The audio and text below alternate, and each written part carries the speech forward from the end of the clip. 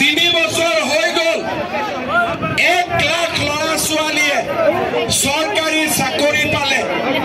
কোনেও 1 টকাও ঘোষ দিয়া নাই ৰিক্সা চালকৰ লৰা ঠেলা চালকৰ লৰা কাম কৰা মহিলাৰ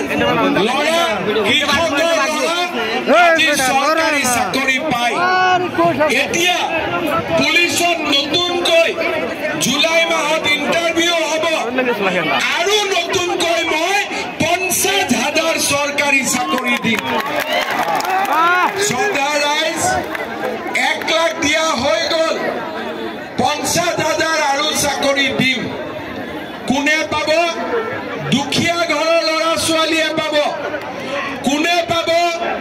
গৰীব ঘৰৰ ল'ৰা ছোৱালীয়ে পাব আজি কংগ্ৰেছৰ দিনত চাকৰি কোনে পাইছিলে যোনে কংগ্ৰেছৰ দালালক টকা দিব পাৰিছিল এতিয়া চাকৰিৰ কাৰণে দালালক টকা দিব নালাগে চাকৰিৰ কাৰণে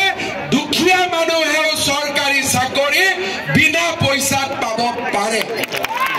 শ্ৰদ্ধা ৰাইজ আপোনালোকে জানে যেতিয়া মই মুখ্যমন্ত্ৰী হৈছিলো তেতিয়া মই কৈছিলো যে আমাৰ চৰকাৰ যদি আহে আমি অৰুণোদয় আঁচনি আৰম্ভ কৰিম অৰুণোদয় মানে কি কংগ্ৰেছৰ দিনততো কোনেও নামেই শুনা নাছিল অৰুণোদয় মই তেতিয়া মানুহক বুজালো যে গৰীব মানুহৰ ঘৰত দুখীয়া মানুহৰ ঘৰত নগদ টকা নাথাকে বেমাৰত পৰিলে টকা নাপায় টিউচনত ল'ৰাক পঠাব টকা নাপায় গতিকে সবৰ ঘৰত মই মাহত 830 টকা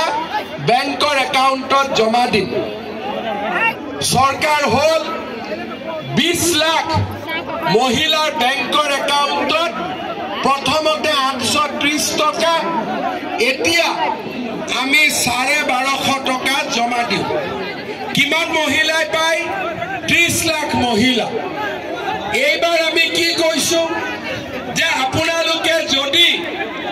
বিজেপি চৰকাৰক ভোট দিয়ে আপোনালোকে যদি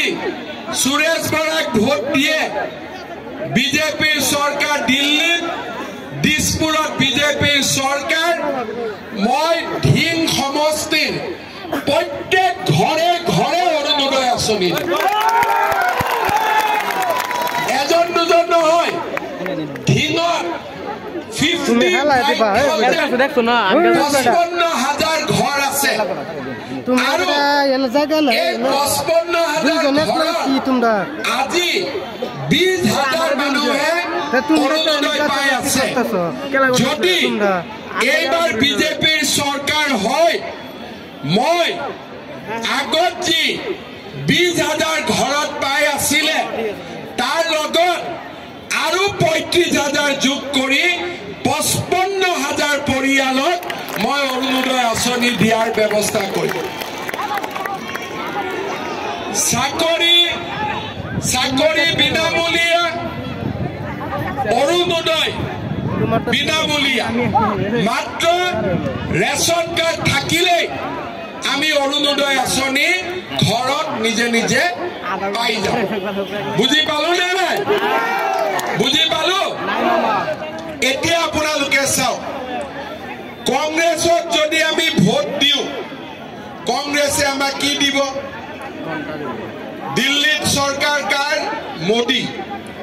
দিছপুৰত চৰকাৰ কাৰ হিমন্ত মামা হয়নে হয়নে নহয় প্ৰদ্যুৎ বৰদলৈ কি কৰিব প্ৰদ্যুৎ বৰদলৈ মোক কিবা কৰিব পাৰিব দম আছে প্ৰদ্যুৎ বৰদলৈটো ইমান সাহাবী মানুহ গৰীব দুখীয়া মানুহৰ লগতো বহি চাহ একাপো খাব নোৱাৰে কোনবা প্ৰদ্যুৎ বৰদলৈ ঘৰত আজিলৈকে গৈ পাইছে নেকি কালি আপোনালোকে ক'ব প্ৰদ্যুৎ বৰদলৈ যে আপোনাক ভোট দিম কিন্তু গুৱাহাটীৰ আপোনাৰ ঘৰত বহাই আমাক এসাঁজ ভাত খুৱাব লাগিব পৰীক্ষা ফেল হয়নে দেখিলে সাফ সাফ যে লাগে না ইংৰাজীত বেছি কথা কয় নে অসমীয়াত বেছি কথা কয় মই কংগ্ৰেছত থাকোঁতেতো ইংৰাজীত বেছি কথা কৈছিলে এতিয়া যদি বদলিছে মই ক'ব নোৱাৰো সাহাবী মানুহ ভোট দি কি লাভ হ'ব ভোটটো বেকাৰ যাব